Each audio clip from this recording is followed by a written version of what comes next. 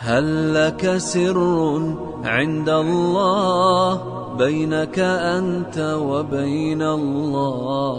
هل لك صدقات تخفى لا يعلمها إلا الله؟ هل لك سر عند بسم الله الرحمن الرحيم. اللهم صل على سيدنا محمد وعلى آل سيدنا محمد وبارك وسلم. وعن أبي إسحاق سعد بن أبي وقاص مالك بن أهيب بن عبد مناف ابن زهرة بن كلاب بن مرة بن كعب بن لؤي القرشي الزهري رضي الله عنه، أحد العشرة المشهود لهم بالجنة رضي الله عنهم، قال: جاءني رسول الله صلى الله عليه وسلم يعودني عام حجة الوداع من وجع اشتد بي، فقلت: يا رسول الله، إني قد بلغ بي من الوجع ما ترى، وأنا ذو مال ولا يرثني إلا ابنة لي، أفأتصدق بثلثي مالي؟ قال: لا. قلت: فالشطر يا رسول الله؟ فقال: لا. قلت: فالثلث يا رسول الله؟ قال: الثلث، والثلث كثير، أو قال كبير.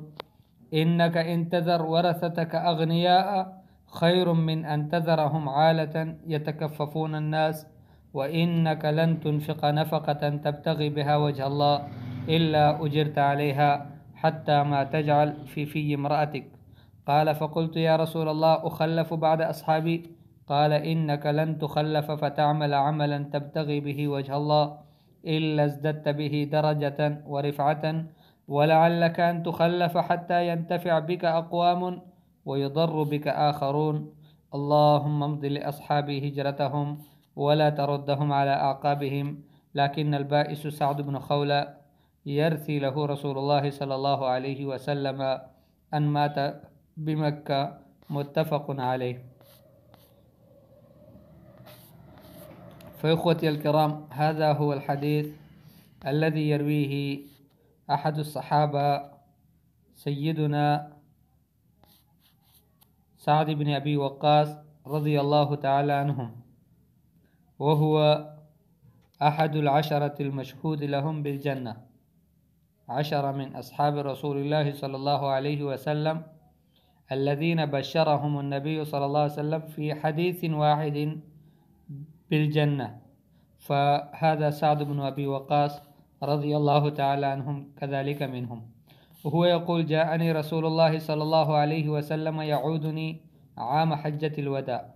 الصحابة رضي الله تعالى عنهم عندما صاحبوا الرسول صلى الله عليه وسلم في حجة الوداع، فهذا سعد بن أبي وقاص رضي الله تعالى عنه مرض مرضا شديدا حتى أشرف على الموت، فجاء لعيادته الرسول صلى الله عليه وسلم. والرسول صلى الله عليه وسلم كان يتفقد أحوال أصحابه، وعندما يمرض أحدهم فالرسول صلى الله عليه وسلم من سنته أنه كان يعوده في بيته.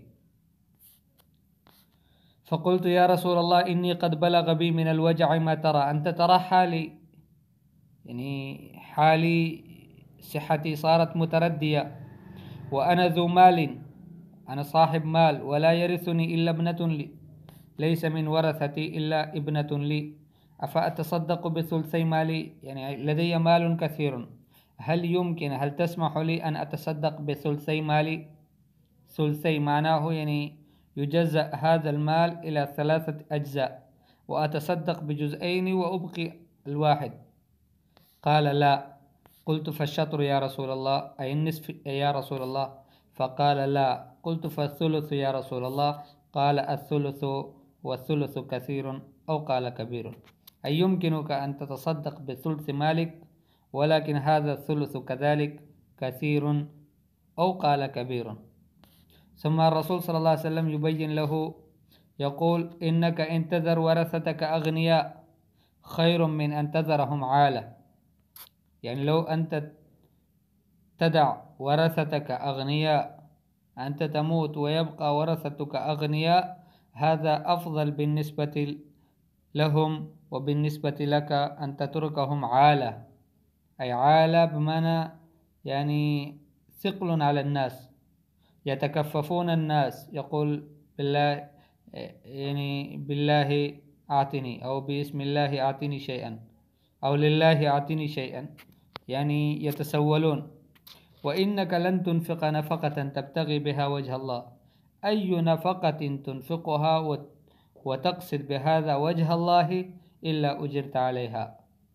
أي نفقة تنفقها فالله تعالى، لكن فقط تكون يعني خالصة لرضاء الله سبحانه وتعالى، إلا أجرت عليها، الله تعالى سيؤجرك عليها. حتى ما تجعل في امرأتك.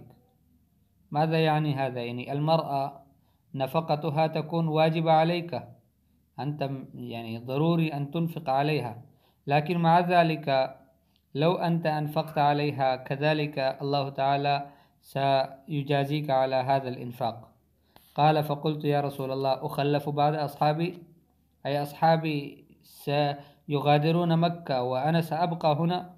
فالرسول صلى الله عليه وسلم والصحابة رضي الله تعالى عنهم طبعا بعدما تركوا بيوتهم، يعني هاجروا من مكة وتركوا بيوتهم في سبيل الله، فما كانوا يرضون أن يعودوا إلى تلك البيوت ويعمروها من جديد أو يعيشوا فيها من جديد.